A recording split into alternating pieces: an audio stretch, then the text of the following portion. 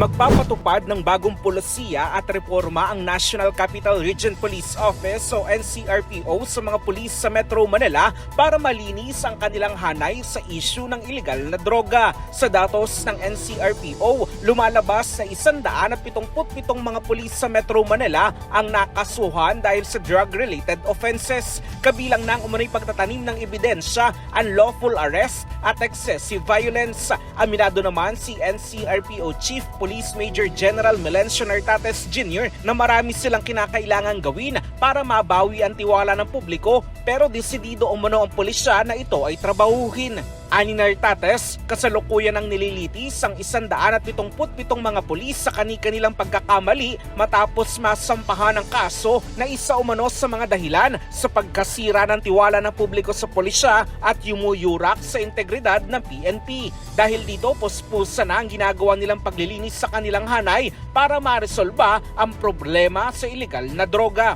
Para sa kauna-unahan sa Pilipinas, DCRH, ito si Christian Manio, tuloy-tuloy sa pagbabalita, tuloy-tuloy sa serbisyo, sama-sama tayo Pilipino.